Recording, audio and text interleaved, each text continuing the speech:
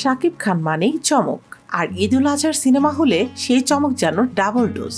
Prince ছবির shooting শেষ করে মাত্র 2 সপ্তাহের ব্রেক নিচ্ছেন শাকিব, আর সেই ব্রেক শেষ হতেই শুরু হবে তার নতুন মেগা প্রজেক্ট রকস্টার। কিন্তু সিনেমার গল্পের চেয়েও এখন আলোচনার কেন্দ্রে নায়িকা কে।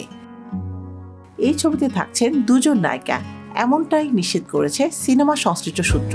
তবে এখনও প্রধান নায়িকার নাম চূড়ান্ত না হলেও দ্বিতীয় নায়িকা হিসেবে খুব জোরে সুরে শোনা যাচ্ছে মিস ইউনিভার্স বাংলাদেশ তানজিয়া জামান মিথিলার নাম।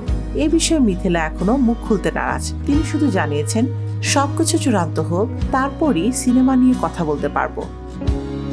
তবে ইন্ডাস্ট্রির একাধিক নির্ভরযোগ্য সূত্র জানায় এর মধ্যে পরিচালকের সঙ্গে একাধিক বৈঠকে বসেছেন মিথিলা। চরিত্রটি তার পছন্দ হয়েছে বলেও জানা গেছে। অন্যদিকে ছবির প্রধান নায়িকা হিসেবে বাংলাদেশ কিংবা পাকিস্তানের কোনো জনপ্রিয় তারকাকে নেওয়ার পরিকল্পনা রয়েছে, কিন্তু এখনো কার সঙ্গে চূড়ান্ত চুক্তি না হওয়ায় বিষয়টি নিয়ে মুখ খুলছেন না পরিচালক বা প্রযোজনা প্রতিষ্ঠান। তানজিয়া জামান মিথিলা শুরু করেছিলেন র্যাম মডেল হিসেবে, এরপর ধীরে ধীরে অভিনয়ে মনোযোগী হন।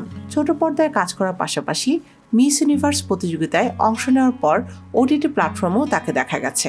2020 সালে তিনি অভিনয় করেন রোহিঙ্গা নামের একটি হিন্দি সিনেমায়। কিছুদিন আগে মিথিলা জানিয়েছিলেন তিনি এখন বাংলাদেশের সিনেমায় নিয়মিত কাজ করতে চান, আর শাকিব খানের বিপরীতে অভিনয় করাই তার বড় স্বপ্ন।